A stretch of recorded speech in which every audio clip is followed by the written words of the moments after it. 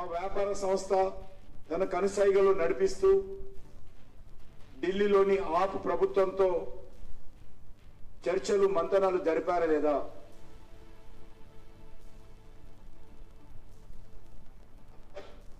ఇందులో కోట్లాది రూపాయలు చేతులు మారాయా లేదా?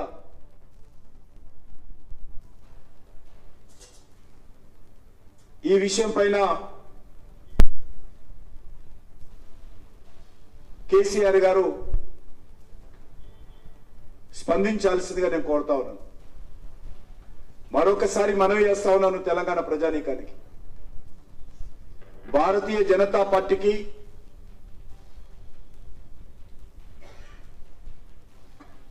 కవిత గారు చేసినటువంటి లిక్కర్ వ్యాపారానికి ఏ రకమైనటువంటి మేము ఆరోపణలు చేయడం లేదు. ఇవన్నీ కూడా ఢిల్లీలో జరిగినటువంటి ఆప్ ప్రభుత్వంలో జరిగినటువంటి అవినీతి కుంభకోణంలో భాగమే. తెలంగాణ రాష్ట్ర రాజకీయాలకు, తెలంగాణ రాష్ట్రానికి, తెలంగాణ ప్రజలకు, తెలంగాణ సెంటిమెంట్కు ఈ యొక్క కవిత గారి అరెస్టుకు ఏ మాత్రం సంబంధం లేదనే విషయాన్ని మరొకసారి స్పష్టం చేస్తా ఉన్నాను. నిజంగా లిక్కర్ వ్యాపారంలో కేసీఆర్ కుమార్తె కవిత గారి జోక్యం లేనట్లయితే బహిరంగ చర్చకు కేసీఆర్ సిద్ధమా రావాల్సిందిగా కోరుతా ఉన్నాను.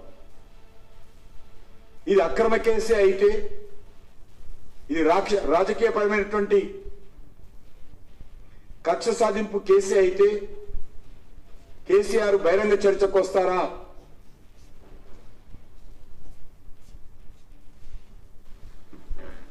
బీఆర్ఎస్ హయాంలో అన్ని రకాల మాఫియా రాజ్యం నడిచింది, అన్ని రకాల దోపిడీలు చేశారు, అన్ని రకాల అవినీతికి పాల్పడ్డారు.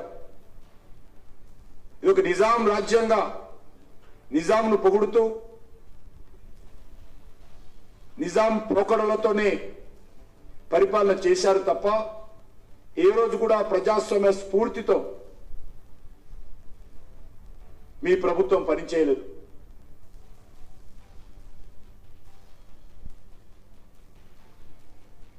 కాబట్టి మీ ఆలోచన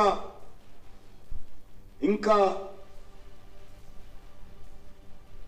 ఈ యొక్క అధికారం ఏదైతున్నదో ఇంకా అధికారంలో ఉన్నట్టే వాళ్ళు భావిస్తా ఉన్నారు.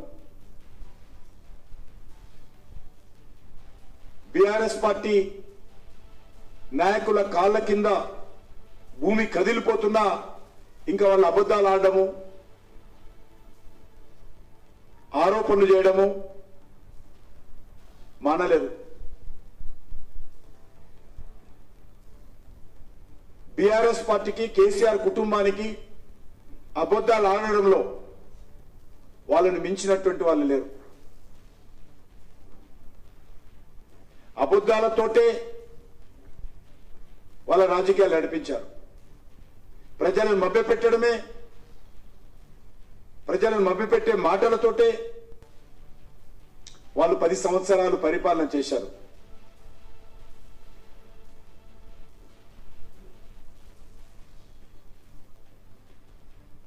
భారతీయ జనతా పార్టీ ఈ యొక్క లిక్కర్ వ్యవహారం విషయంలో మేము మాట్లాడకూడదు అనుకున్నాం. కానీ పదే పదే భారతీయ జనతా పార్టీని, బీఆర్ఎస్ పార్టీ ఈ యొక్క రాజకీయపరమైనటువంటి ఆరోపణలు చేసినప్పుడు స్పందించాల్సిన అవసరం మాకుంది. ఈరోజు బీఆర్ఎస్ నాయకుడు అంటున్నారు కడిగిన ముత్యంలాగా తిరిగి వస్తారు. ఎందులో కడుగుతారో అది చెప్పాలా? నీళ్ళలో కడుగుతారా, ఇంకేదైనా కడుగుతారా? దాంట్లో ఎందులో కడిగిన ముత్యంగా వస్తుందో ఈరోజు తెలంగాణ ప్రజలు తెలుసుకోవాలనుకుంటున్నారు. న్యాయస్థానంలో బెయిల్ దొరకలేదు. మొత్తం సాక్ష్యాలన్నీ చూసిన తర్వాత ఈడీ అనేక వివరాలు న్యాయస్థానం ముందు పెట్టిన తర్వాత అనేక రకాలుగా కవిత గారి న్యాయవాదులు వాదించినప్పటికీ కూడా